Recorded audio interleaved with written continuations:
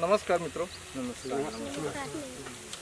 આજે ખાસ કરીને ડાંગ જિલ્લાના એક ખૂબ જ અંતરાળી વિસ્તારની અંદર ગલકુંડથી નજીક મોટાચેરિયા ગામે આવ્યો છું અને ચોમાસાની મધ્ય સત્રની અંદર અને પચ્છી પૂજા પછી ચોમાસાના મધ્ય સત્રની અંદર જ્યારે ખેતીના કામમાંથી લોકો અને ઢોર ઢાખર પરવારી જાય છે એ સમયગાળાની અંદર આ ડાંગ જિલ્લાની અંદર ખાસ કરીને ડાંગના પૂર્વદી સરહદી વિસ્તારોની અંદર પોળાનો તહેવાર થાય છે.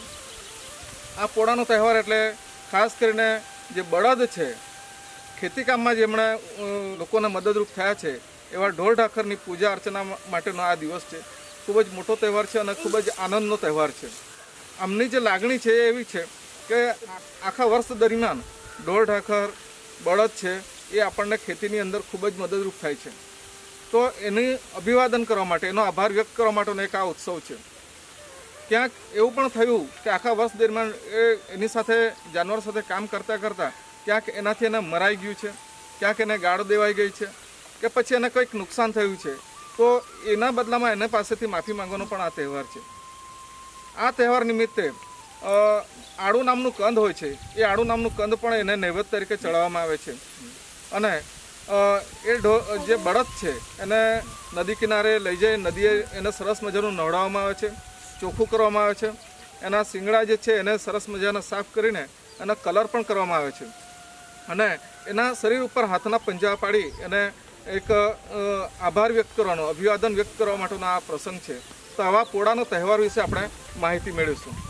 સકાળના હા ને તો કहीं એને આપણે એ કરતા હતા. હા, સવારના અમે કાઢીશ ને હાથ નદીમાં લઈ જાજો હન પેલા બળદલા ધોવા માટે ગાય ને બળદ ને ત્યાં અમે એક નદી મોટી નદીમાં લઈ જતા હા અને તળા તો ધોઈ નાખતા હા. તે મગ તેલા તો તે દિવસ હતા બળદ છાલા પોળાને દિવસ હતા એ મગ ધોઈના મગ યા શીંગા બીંગા ખાસ એ ઘસી બીસી અને તેલા કલર માતા અને ગેરું ના રંગુલા એટલે ગેરું કલર ગેરું આમ જ આમ ગેરું દુકાનમાંથી લઈએ જો હન અને આમ ગેરું પાણીમાં એ કરી બોળી અને આમ સાંજના જે ઢોર ઈ ગયા તો આખે ઢોર સાલા બારીક મોટાલા બકરાલા ત્યાં તો થાપ હાથના પંજાથી દી દેજો હન. બરોબર.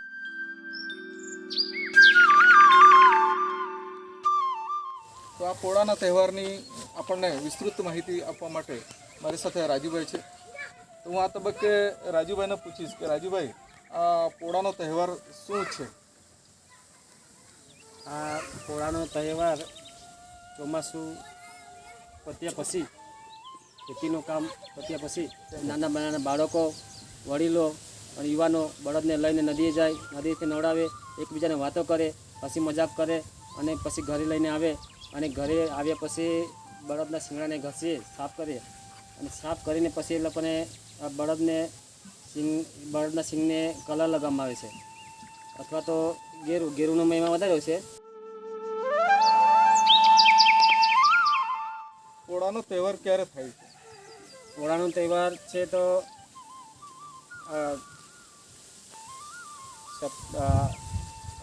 છે ને શ્રાવણ માસ પૂર્ણ થાય ને અમાસ આવે એ અમાસના પીરિયડમાં.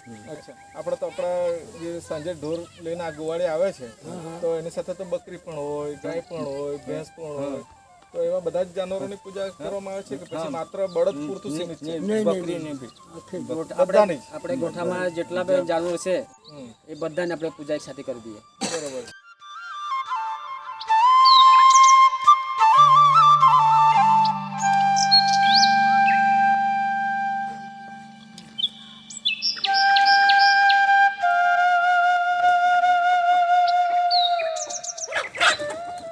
તો એને બીજું શું નૈવેદ્ય ચડાવવામાં આવે છે?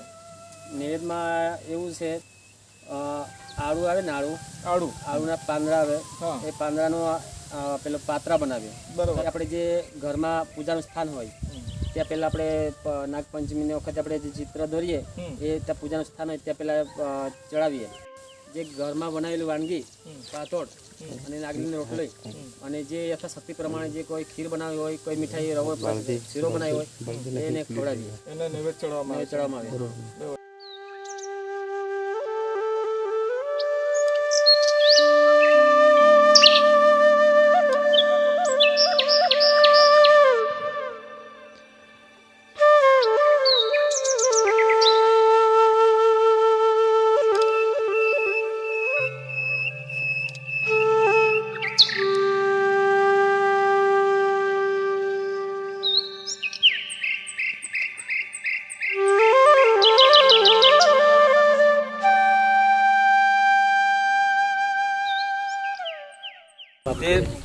તે ચોખાના અને પાતળના હિસાબ તેલા ખવડાવવા, પછી 1 રૂપિયા હોવા કે 2 રૂપિયા होता તેના आम्ही शिंगला ठोकजो हन. शिंगला ठोकी દીધા એ તેલા बैलला शिंगला ठोकी पाया पडी. आज बसून હતા तुला लातથી मारा हवा, काठीથી मारा हवा કે तुला खराब शब्द वापरा हवा તો આજ તું અહીં માફ કરજો ને તો આજ तुला आज जून महिन्यापासून तुला अजून तुला डिपेंड होता. जुवाडी खांदवर होती तुला होता पण तुला लात कनी मारा, गाळ दिली, शब्द बोला, तुला आज काठी कनी दिला हवा, लात कनी दिला हवा ती आज तू माफी कर. तुला ही पोळाना सण तुमना सण आज है. तुला निवड पातोड नवा पालाना है तुला आता रले.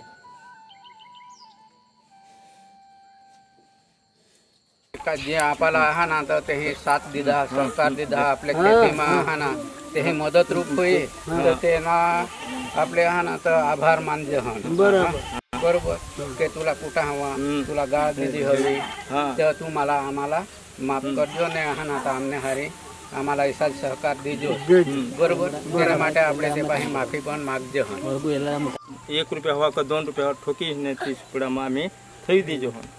તો તે સુપડામાં થયેલ પૈસા મગો આમના જો ગાવના જાગલે હા ગાવના જાગલે તો સવારના મગ તે દરેક ઘર ये હતો બરોબર ઉના का તેલા મગ તે હતા જાગલેલા અમે દીધો જો તો નાગલે અને તેમાં પૈસા નતો જાગલેલા અમે સવારના સીધા તરીકે જાગલેલા દીધી જો. બરોબર. તો મિત્રો આપણને અત્યારે ખૂબ સરસ રીતે અહીંયા અમારા વડીલ એવા ગમજીભાઈ શ્રી, રાજીભાઈ શ્રી, કાળુભાઈ, આપણા વડીલ એવા રતનભાઈ શ્રી અને આ શું કહેવાય ગામનો ગોવા બાળદી ગોવાળિયા જે ઢોર દાખલ લઈને આખા ગામના રોજના સવારે નીકળી જતા હોય અને સાંજે આવતા હોય છે.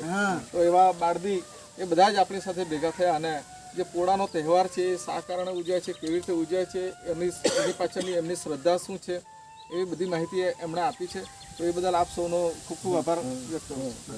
આભાર. રામ રામ.